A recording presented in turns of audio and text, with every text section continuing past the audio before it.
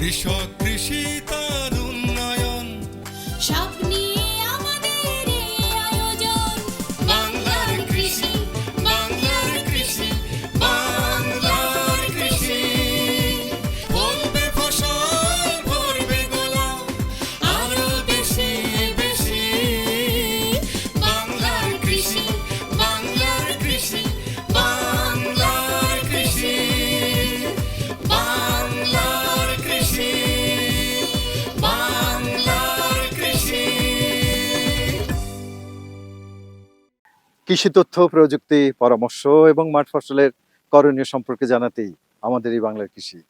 প্রিয় কৃষক ভাইরা, বাংলাদেশ টেলিভিশনের নিয়মিত কৃষি বিষয়ক অনুষ্ঠান বাংলার কৃষি দেখার জন্য আমি আব্দুল শহীদ মিঠু আপনাদের আমন্ত্রণ এবং শুভেচ্ছা জানাচ্ছি।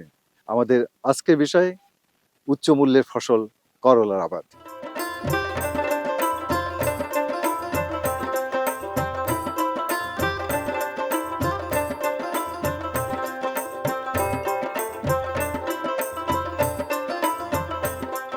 করলা কিউকার বিটিসি পরিবারভুক্ত বাংলাদেশের অন্যতম প্রধান সবজি।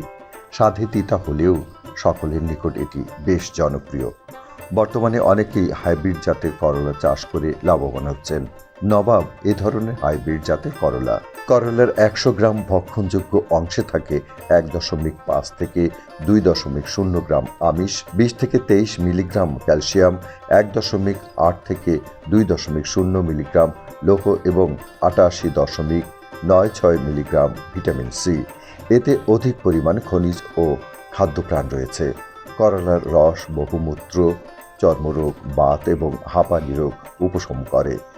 নবাব জাতের হাইব্রিড করলার আকার এবং রং আকর্ষণীয়, বাজারে চাহিদা ও মূল্য বেশি।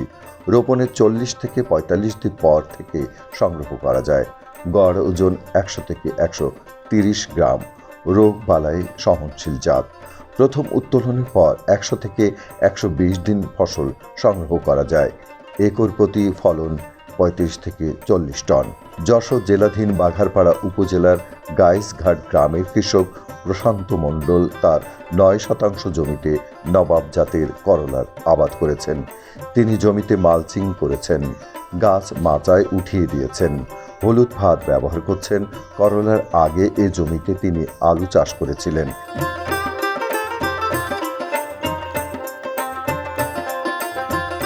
করলা চাষ কেমন হয়েছে এবার? খুব ভালো হয়েছে। বিক্রি করতে পারছেন এবার? হ্যাঁ। এইবার কবে থেকে বিক্রি শুরু হয়েছে? আজ ২০ দিন ধরে বিক্রি করছে। আচ্ছা, এ পর্যন্ত কত মন বিক্রি করতে পারছেন? এ পর্যন্ত ১৫ মণ বিক্রি করেছে। এখন মন কত করে চলছে? মণ ২২০০ টাকা। আচ্ছা, তার মানে একটু মোটামুটি বাজার ভালোই আছে। হ্যাঁ।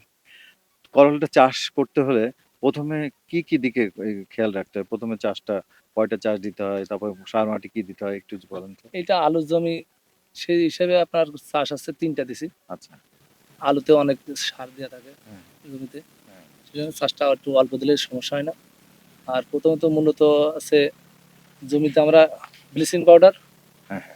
প্রয়োগ করি। ব্লিচিং। হ্যাঁ। ব্লিচিং দিলে কি হয়? ব্লিচিং পাউডার দিলে আপনার রোগ জীবাণু, মাটির যে রোগ জীবাণুগুলো ওগুলো থাকে না। আচ্ছা, ঠিক আছে। তারপরে মালচিং দিচ্ছি। মালচিং এর ভিতরে আপনার আগে ভিটের ভিতরে আবার কার্বন ডাইজিম, আবার বায়োডার্মা পাউডার, এগুলো আছে প্রয়োগ করছে। এই যে নতুন নতুন প্রযুক্তি আপনারা ব্যবহার করছেন, এই সব প্রযুক্তি আপনারা কোত্থেকে জানছেন, কোত্থেকে? আরো ৬ বছর আগে তরমুজ চাষ করছিলাম। হ্যাঁ। এই গ্রামে আমি সর্বপ্রথম এই মালচিং দিয়ে করলা চাষ করি। আচ্ছা আচ্ছা। এবং হিসাব করে দেখছি আমার বাৎসরিক যে টাকাটা ব্যয় হয় শ্রমিকের, হ্যাঁ। ২ পাশ আপনার আগাছা নিরাতে, সেখান থেকে আমার এখানে খরচটা কম। এবং আমি ইচ্ছা করলেও আমার এটা ঘাস হলেও সমস্যা আসছে না, কারণ ঘাস আপনার গাছের কোনো ক্ষতি করতেছে না, কারণ শিকড়টা আপনার মালচিংয়ের ভিতরে আছে। করলটা কতদিন আরো বিক্রি করতে পারবেন? করলটা আমি তো উপরে শেড নেট দিছি, এই জন্য গাছটা ভালো আছে, আরো ১-১.৫ মাস বিক্রি করতে পারবো।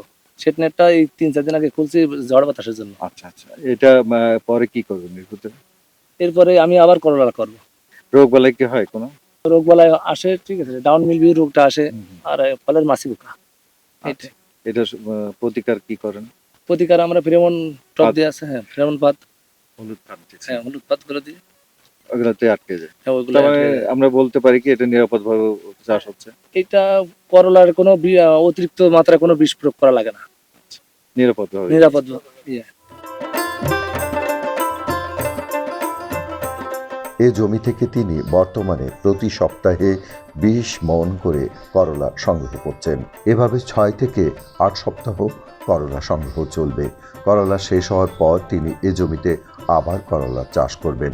করলা চাষ করতে তার 20,000 টাকা খরচ হয়েছে। 50,000 টাকা করলা ইতিমধ্যে বিক্রি করেছেন। করলা চাষ করে কৃষক বেশ লাভবান হচ্ছেন। তার করলা চাষের সফলতা দেখে আশেপাশে অনেকেই উদ্বুদ্ধ হচ্ছেন।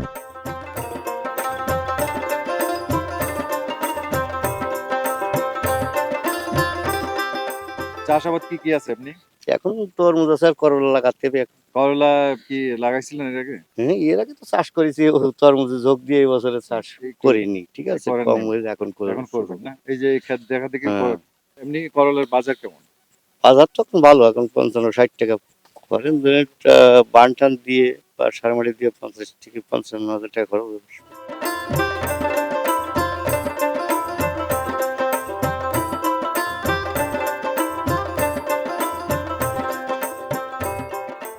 পানি জমে না এ ধরনের জমিতে করলা চাষ করা যায়। কয়েকটি চাষ দিয়ে সার প্রয়োগ করে মই দিয়ে জমি তৈরি করতে হয়। হেক্টর প্রতি 10 টন পচা গোবর, 150 KG urea, 175 KG TSP, 150 KG MOP এবং 70 কেজি জিপসাম সারের প্রয়োজন হয়। জমি তৈরি হলে বীজ বপন করতে হয় অথবা অন্য জায়গায় চারা তৈরি করে আসল ক্ষেতে উঠিয়ে লাগাতে হয়। চারা গজালে বা লাগানো চারা মাটিতে লেগে গেলে সে চারা মাচায় উঠিয়ে দিতে হয়। মাচায় গাছ ওঠার পর 2 থেকে 3 মাস করলা সংগ্রহ করা যায়। করলা চাষ করতে বিঘা প্রতি 30 থেকে 40,000 টাকা খরচ হয়। সেখান থেকে প্রায় খরচ খরচা বাদ দিয়ে 50,000 টাকা লাভ করা যায়। করলার মাছি পোকা ও পাম্পকিন বিটল পোকার আক্রমণ হলে বালাইনাশক ব্যবহারে দমন করা যায়। করলার ভাইরাস জনিত মোজাইক রোগ দেখা দিলে দমনের ব্যবস্থা নিতে হয়। গাছ উঠিয়ে মাটিতে পুঁতে ফেলতে হয়। পাউডারি মিলডিউ হলে ছত্রাকনাশক ব্যবহার করতে হয়।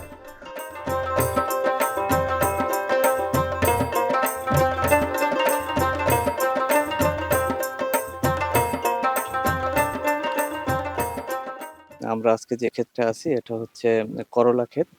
আমাদের বাঘারপাড়া উপজেলার বন্দবিলা ইউনিয়নে অনেক কৃষক এই উচ্চ মূল্যের করলা চাষটা উদ্বুদ্ধ হচ্ছে। এরা চাষ পদ্ধতি হচ্ছে প্রথমে মাটিটা সুন্দরভাবে চাষ দিয়ে 2000 থেকে 2500 কেজি জৈব সার দিয়ে মাটিটা মই দিয়ে সমান করে নিয়ে মালচিং পেপারটা দেওয়া হয়ে এবং বেড করে আপনার হচ্ছে চারা রোপণ করা হয়। চারা রোপণের পর থেকে যেটা দেখছেন এটাকে মাচা বলে, কেউ টাল বলে, ঠিক আছে। এই মাচায় লতাগুলো উঠাই দেওয়া হয় এবং দস্তা ব্রোনটার আবার ব্যবহার করা হয় বেশি। আর রোগ বালাই বলতে তেমন কোনো রোগ বালাই দেখা যায় না, আংশিক মাকড়নাশক দেখা যায়। সেক্ষেত্রে আমরা অ্যাবামেকটিন বেনজেট 1.8 ইসি স্প্রে করার কথা বলি এবং ফল ছিদ্রকারী পোকার আক্রমণটা কিছু দেখা যায়। সেক্ষেত্রে আমরা অ্যামিডাক্লোরোফিট এবং অ্যাবামেকটিন বেনজেটের পাতা স্প্রে করার জন্য বলা হয়।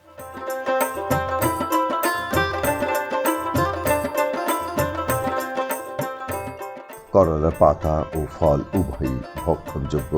উপকারিতার কথা ভেবে করলা সবার কাছেই খাদ্য হিসেবে বেশ গ্রহণযোগ্য। করলা বাজারে চাহিদা বেশি এবং দামও বেশি। মাঠ থেকেই করলা বিক্রি হয়ে যায়, বাজারে নিয়েও বিক্রি করা যায়। বিদেশের বাজারেও করলা চাহিদা রয়েছে। স্বাভাবিক পরিবেশে করলা বেশি দিন সংরক্ষণ করা যায় না। ফসল সংগ্রহের পরপরই বাজারজাত করতে হয়।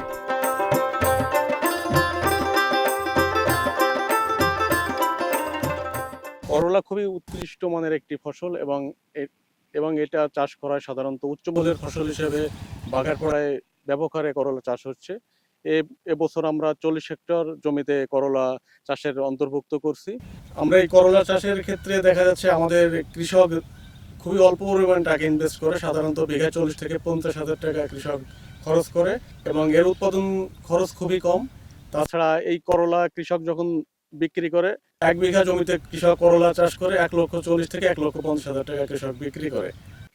আমরা কৃষকদেরকে নিরাপদ উপায়ে সবজি চাষের ক্ষেত্রে কৃষি দপ্তর উদ্বুদ্ধ করছি এবং এখানে হলুদ ট্যাপ ছাড়াও অন্যান্য যেসব নিরাপদ উপায়ে যেসব উপাদান আমরা ব্যবহার করি, এখানে রয়েছে আমাদের ফেরোমন ট্র্যাপ আমরা ব্যবহার করছি, যাতে নিরাপদভাবে কৃষক সবজি উৎপাদন করতে পারে। আমি আশা করছি এবছর আমরা 40 হেক্টর জমিতে করলা চাষের অন্তর্ভুক্ত করছি। আশা করছি সামনের বছর 50 থেকে 60 হেক্টর জমিতে আমরা করলা চাষের আওতায় আনতে সক্ষম হব।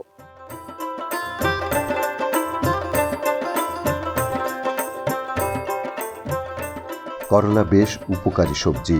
এ সবজি চাষ করে লাভবান হওয়ার সুযোগ রয়েছে। যাদের সুযোগ রয়েছে নবাব জাতের হাইব্রিড করলা চাষ করে দেশের চাহিদা পূরণে অবদান রাখতে পারবেন, সাথে সাথে নিজেরাও লাভবান হতে পারবেন। বাংলার কৃষি, বাংলার কৃষি, বাংলার কৃষি। অনুষ্ঠান সম্পর্কে আপনাদের যে কোনো মতামত আমাদেরকে লিখতে পারেন। লিখবার ঠিকানা প্রযোজক বাংলার কৃষি, কক্ষ নম্বর 3016, বাংলাদেশ টেলিভিশন ভবন, রামপুরা, ঢাকা 1219। ইমেল বাংলার কৃষি 1314@gmail.com। Facebook Bangladesh television. ইচ্ছে করলে অনুষ্ঠানটি ইউটিউবে দেখতে পারেন। জনপ্রিয় এই করলার আবাদ সারা বাংলাদেশে বৃদ্ধি পাবে, এটাই আমাদের প্রত্যাশা। কৃষক ভাইরা, আজ এ পর্যন্তই। আপনারা সবাই ভালো থাকুন, সুস্থ থাকুন, এই কামনা শেষ করছি আজকের বাংলার কৃষি। আল্লাহ হাফেজ। কৃষক কৃষি তার